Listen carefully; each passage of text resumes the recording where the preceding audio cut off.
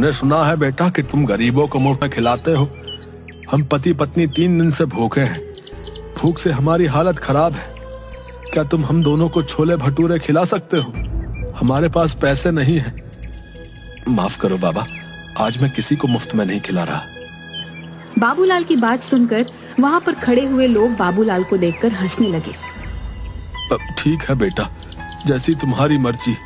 मैं तो किसी भी प्रकार से भूखा रह लेता हूँ, लेकिन ये मेरी पत्नी कुछ दिनों से बीमार भी चल रही है। तुम ऐसे ही कुछ खिला दो। मेरी मजबूरी समझो बाबा, मुझसे किसी को भूखा नहीं देखा जाता, लेकिन आज मैं बहुत मजबूर हूँ। अगर आज भी मैंने मुफ्त में खिला दिया तो मेरी बहुत ज्यादा बदनामी और बेइज्जती हो जाएगी।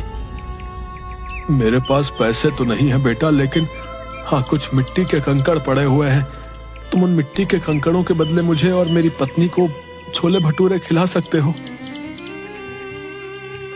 बाबा, मैं भला मिट्टी के कंकड़ों का क्या करूंगा?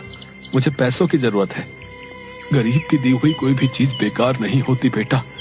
एक ना एक दिन वो काम जरूर आती है। उपहार समझ कर रख लेना। बाबूलाल को उस बुजुर्ग पर बहुत ज्यादा तरस आया। ठीक है बाबा, लाओ उन मिट्टी के कंकड़ों को तो मैं तुम्हारा आशीर्वाद समझ कर रख लेता हूँ। तुम दोनों जितना खा सकते हो उतना खा लो। उस बूढ़े ने एक पोटली बाबूलाल के हाथों में थमा दी। बाबूलाल ने देखा उसमें मिट्टी के कंकड़ रखे हुए थे। बाबूलाल दोनों पति पत्नी के लिए गर्मा गर्म छोले भटूरे बनाने लगा।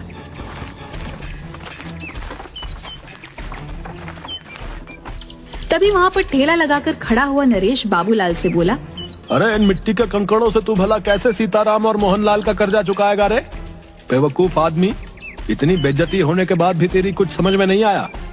नरेश, मेरी जिसे मर्जी चाहेगी मैं उसे मुफ्त में खिलाऊंगा। तू कौन होता है मुझे रोकने वाला? जाकर बोल देना अपने मुखिया को। मुखिया का चमचा कहीं का। 3 दिन बाद जब मुखिया उन दोनों से तेरे सर पर चप्पलें पड़वाएगा ना, उस दिन मैं तुझसे बात करूंगा। हाँ, मुझे भगवान पर पूरा विश्वास है, वो दिन कभी नहीं आएगा। इतना कहकर बाबूलाल फिर से छोले भटूरे बनाने लगा, मगर देखते ही देखते वह बूढ़े पति पत्नी बाबूलाल के सारे छोले भटूरे खा गए। बाबूलाल जरा सा चेहरा लिए उन्हें देखता रह गया। उसने देखा उसके ठेले पर अब कुछ भी नहीं बचा था। बाबूलाल चुपचाप अपने घर चला गया। क्या हुआ, आज दोपहर में ही कैसे चले आए?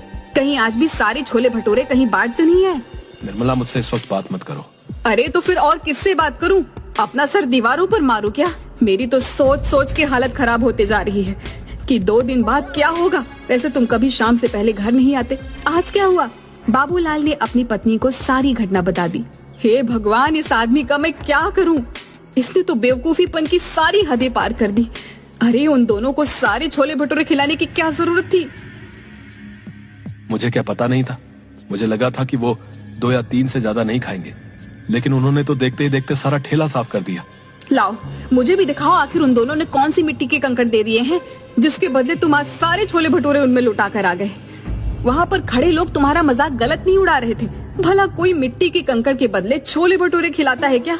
मैंने उन मिट्टी के कंकड़ के बदले उन्हें छोले भटूरे नहीं खिलाया अनीता। उन दोनों के चेहरे से साफ लग रहा था कि वो कई दिन से भूखे हैं। लाओ दो मुझे, मैं भी तो देखूं उन गरीबों के उपहार में ऐसा क्या है। बाबूलाल ने उदास मन से वह पोटली अपनी पत्नी को दे दी और पोटली में कंकड़ देखकर निर्मला गुस्से से चीखते हुए बोली, हाय राम, अब इस कंकड़ का क्या करूं? लगता है तुम्हारी किस्मत में सीताराम और मोहनलाल के हाथों चप्पल खाना ही लिखा है। अब जो होगा देखा जाएगा निर्मला। अगर भगवान ने मेरी किस्मत में गांव वालों के सामने मेरी बेइज्जती ही लिखी है तो उसे कोई नहीं बदल सकता। बाबूलाल वहाँ से चला गया और 2 दिन बाद बाबूलाल पंचायत में सर झुकाए खड़ा था। क्यों रे बाबूलाल, कैसे लाया है?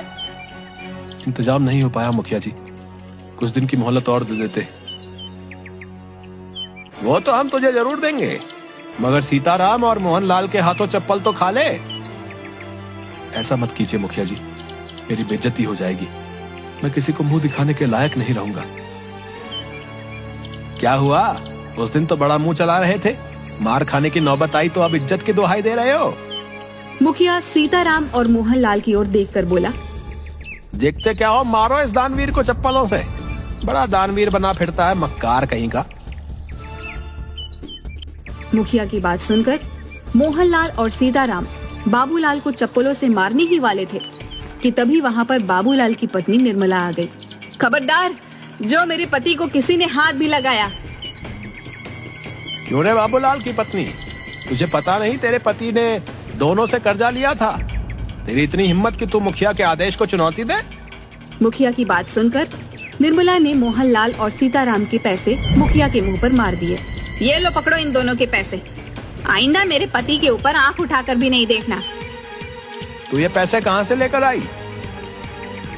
तुम्हें इससे मतलब? तुम्हें इनके सारे पैसे चाहिए थे ना, और इनके पैसे मैंने तुम्हारे मुंह पर मार दिए।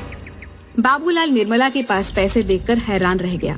बाबूलाल ने आहिस्ता से निर्मला से पूछा, निर्मला तुम ये पैसे कहाँ से लेकर आई? घर चलो मैं तुम्हें सब बताती हूँ। बाबूलाल निर्मला के साथ घर पर आकर बोला, अब बताओ भी निर्मला तुम ये पैसे कहाँ से लेकर आई?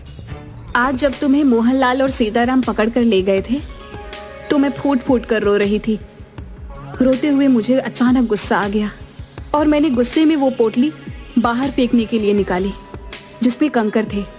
मगर जैसे ही उस पोटली में से कंकड़ फेंके तो उसमें से कंकड़ नहीं बल्कि बेशकीमती हीरे निकले। मैं तुरंत एक हीरा गिरवी रखकर पैसे ले आई और मुखिया के मुंह पर मार दिए। निर्मला की बात सुनकर बाबूलाल हैरान होकर बोला, लेकिन उसमें तो कंकड़ पत्थर थे। मैं भी हैरान रह गई थी। बहुत सोचने के बाद मुझे एहसास हुआ कि शायद वो दोनों बूढ़े पति पत्नी कोई मायावी लोग थे जो तुम्हारी मदद करने आए थे। निर्मला ने इतना कहा ही था कि तभी दरवाजे पर दस्तक हुई। निर्मला उन हीरों को देखने में खोई हुई थी। बाबूलाल ने जाकर दरवाजा खोल दिया। दरवाजे के बाहर वही बूढ़े पति पत्नी थे जो बाबूलाल की ओर देखकर मुस्कुरा रहे थे। आप दोनों कौन हैं? हम दोनों देव हैं। 2 दिन पहले तुम जिस बरगद के पेड़ के नीचे खड़े होकर भगवान से बातें कर रहे थे, हम दोनों तुम्हारी बातें सुन रहे थे। हमें लगा कि तुम्हारी मदद करनी चाहिए। मैं आप दोनों का कैसे शुक्रिया अदा करूं? अगर तुम्हें हमारा शुक्रिया अदा करना है तो एक बात ध्यान रखना, इन हीरो को बेचने के बाद तुम बहुत ज्यादा अमीर हो जाओगे। लेकिन कभी भी गरीबों को खाना खिलाना मत भूलना। चाहे कितनी भी अड़चने आए, चाहे कितनी भी परेशानियां आए, याद रखना भगवान उस व्यक्ति को बहुत ज्यादा पसंद करता है जिसके दिल में दूसरों के लिए दर्द होता है। इतना कहकर वो दोनों बूढ़े पति पत्नी वहां से गायब हो गए। उस दिन के बाद बाबूलाल देखते ही देखते बेहद अमीर हो गया। लेकिन वो आज भी गरीबों को मुफ्त में छोले भटूरे खिलाता है।